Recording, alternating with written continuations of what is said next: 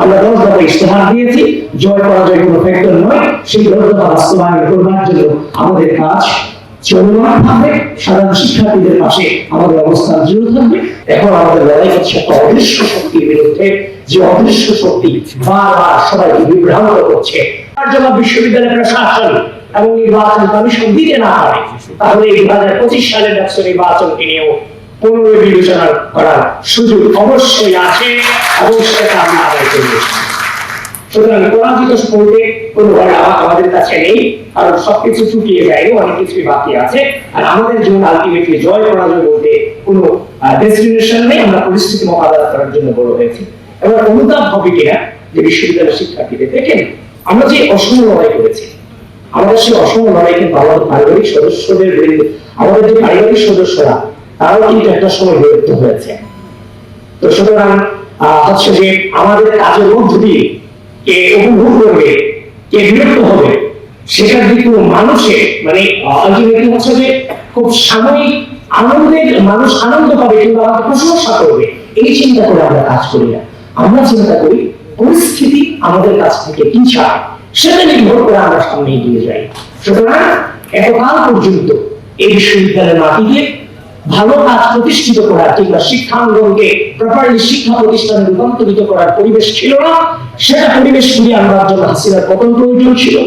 আমরা দীর্ঘ সংগ্রাম লড়াইয়ের মধ্য দিয়ে ফ্যাসিস্ট হাসিনাকে সম্মিলিতভাবে এই রাষ্ট্র থেকে উৎখাত করতে পেরেছি। এই দীর্ঘ সময় ধরে দেখেন আমরা রাষ্ট্রপতি ছিলাম।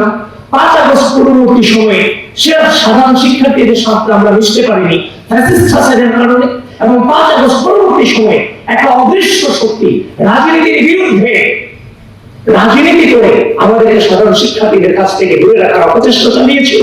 সেটার জন্য পারেনি, কিন্তু এই রাষ্ট্র নির্বাচনের মধ্য দিয়ে আপনারা দেখেছেন যে সাধারণ শিক্ষার্থীদের বিষয়ে সবগুলো ক্যাম্পাসে তারা আগ্রহকে বিস্তার করেছে। সুতরাং সবকিছু কাটিয়ে উঠেছি আমরা সামনে আমাদের যে ইশতেহার প্রদান করেছি, 10 দফার ইশতেহার প্রদান করেছি, সেটা নিয়ে আমাদের কার্যক্রম অব্যাহত থাকবে। হাসিনার প্রথমের প্রয়োজন ছিল, সেখানে আমাদের প্রকাশ্য ভূমিকা ছিল দীর্ঘ সময় ধরে। সামনে শিক্ষাঙ্গন, প্রকাশ শিক্ষাঙ্গন গড়ে তোলবার জন্য আমরা 10 দফা ইশতেহার দিয়েছি, জয় পরাজয় কোনো ফ্যাক্টর নয়। সেই 10 দফা বাস্তবায়ন করবার জন্য আমাদের কাজ চলমান থাকবে। সাধারণ শিক্ষার্থীদের পাশে আমাদের অবস্থান দৃঢ় থাকবে। এবং যারা উপস্থিত এখানে আছেন আপনাদের সকলের প্রতি আমি অত্যন্ত নিবেদন করে যাই যে আমাদের সামনের প্রফেশন সত্যিকার অনেক ডিফিকাল্ট।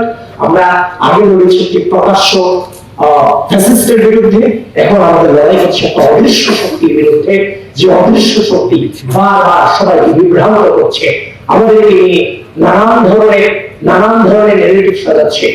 শক্তি মিডিয়ার আপনাদের কাছে অনুরোধ রেখে যাই, আপনারা যেমন ভাবে এই যাবৎকালে এই রাষ্ট্রের সার্বভৌমত্ব, বাংলাদেশের স্বাধীনতা, এই বাংলাদেশ জাতীয়তাবাদী ছাত্র দলের রক্ত এবং সাহসের উপরে টিকে ছিল, ঠিক একই ভাবে পরিস্থিতির পরিবর্তন হয়েছে, ন্যারেটিভ তৈরি করতে হবে।